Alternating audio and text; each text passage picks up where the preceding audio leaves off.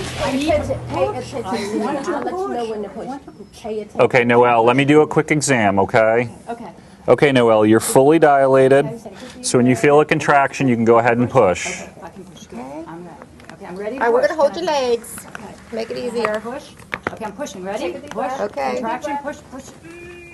That's good, good. Doing great, Noelle. Bringing the head down nicely. It's not every day you get to see a baby being born, especially if it's a robot baby. Doing great. A lot of pressure. A lot of pressure. That's it. Oh, Baby's almost out. hey. Is it a boy or a girl? It's a baby girl.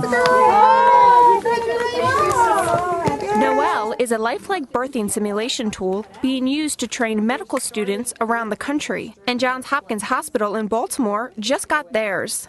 I definitely think it's going to be a great aid for students. It's definitely something that I would have wished that I would have had earlier in my training. Why is that? What does it offer?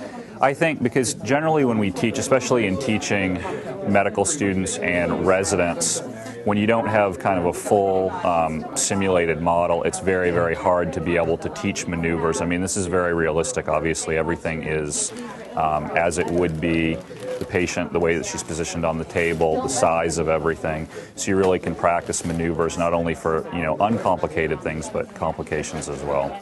David Azaza is one of the brains behind Noelle.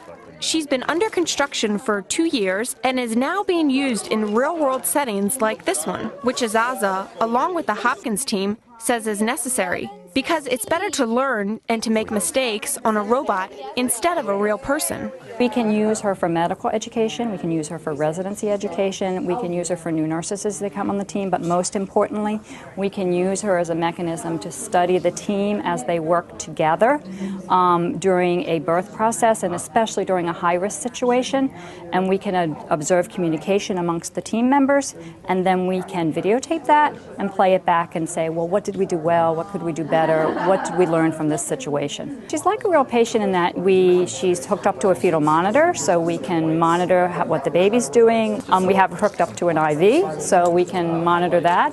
We can actually draw blood from her. Umbilical cord is there, placenta is there. The umbilical cord can get wrapped around the baby's body part. During this scenario, the baby had shoulder dysplasia, but there can be other complications, such as long labor times or having a breech baby. But there are still some aspects that keeps Noelle from responding like a real mother in labor. No, the mother doesn't talk, so we usually have a lot of fun with that. We usually appoint somebody on the team to be the mother, and they can be as creative as they want to be as far as the actual, for the mother's part. And just like there can be complications during the delivery process, there can also be some challenges in recreating a realistic delivery. Then getting into the terminology of a specific thing, it's a little bit complicated. You have to learn like pretty much a new language because the terminology is very specific for OBGYN.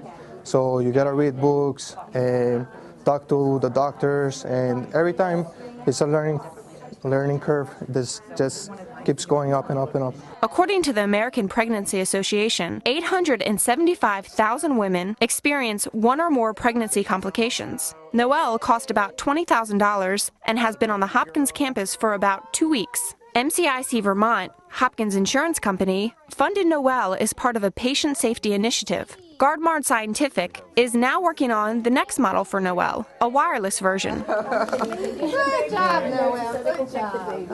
Okay. For Discovery News, I'm Casey D. Gardner.